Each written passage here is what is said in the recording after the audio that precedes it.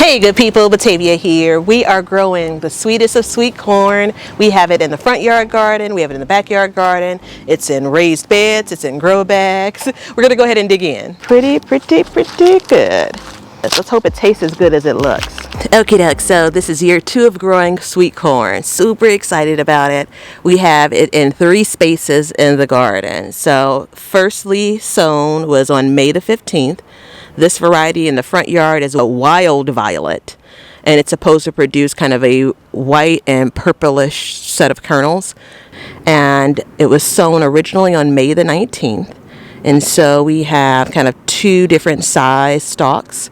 The original sowing, only a couple of plants took, and so I came back in, and you'll see there is much smaller production here. But I'm counting at least 3 ears that are producing. So as I've been learning about kind of growing different things, including corn, you want to check the ears to see if they're ripe. Plumpness.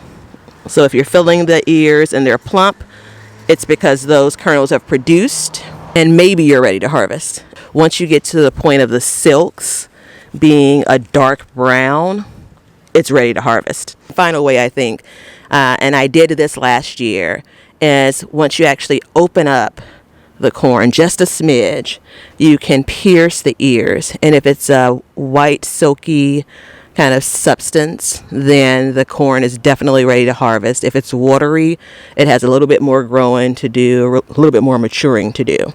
So we're going to come back around as we start to harvest this corn and share that. Let's take a look at how other things are performing as far as the corn goes. So the second bit of corn is in a grow bag, 20 gallons, and it's a bit harder to see now. But there's your grow bag, and we have again wild violet, and I can see some ears forming back there. It began to tassel, I don't know, maybe a couple of weeks ago. The corn is definitely smaller and shorter over here compared to the raised bed. If I had to guess, it's probably this is not the sunniest spot. Well, clearly there are things growing, so there is some sun. There are a bit more obstructions, as the sun comes out through the day. So the grow bag up front, the seeds were sowed on May the 29th. This is a different variety, sweet corn. It is Betta. I'll put the spelling of the name of the corn. I grew this last year and I did well. And so this is probably an example of how in grow bags you do get some height, which probably again means the corn up front is more or less smaller because of the minimum sun.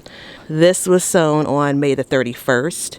And kind of as I note lessons as I continue to grow things, this is probably something that could have been grown much earlier.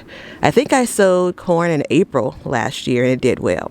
So this structure here, my initial intention was to plant some things that could trail, like vining crops. And then when I decided against that and said corn, which I actually could have still done that. Like it would have been great to have some beans, maybe not. Anyway, so when I decided to have corn in this space, I thought, we do get a lot of wind. And then maybe I can deter things from crawling into the bags with this wire. I love using this type of wire. You can still reach in here since I left an opening here.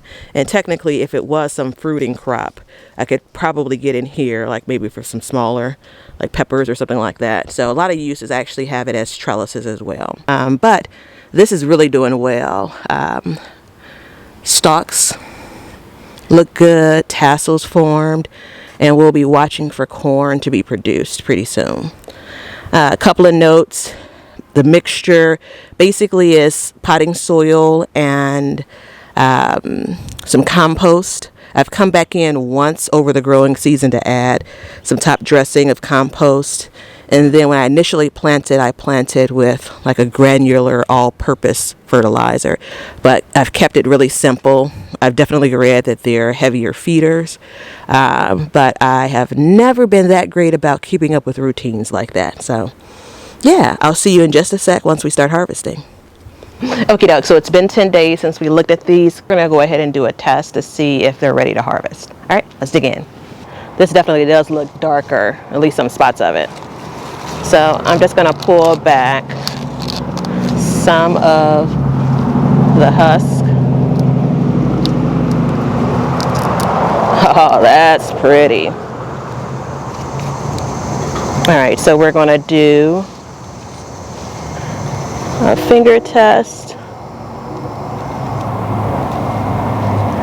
Oh, I missed it. I think that was kind of creamy, right? Yeah. So sorry about the noise. That definitely was creamy versus like a milky substance versus a watery substance. We'll actually pull this one off. Okie doke. So we have the ear of corn. All right. I think this is one of the smaller of those 3 or 4. It has the violet purple. So cute. So just a couple of kernels I see that are missing, but overall, really good germination as far as the ears. Really good production. Yeah, this is the wild violet.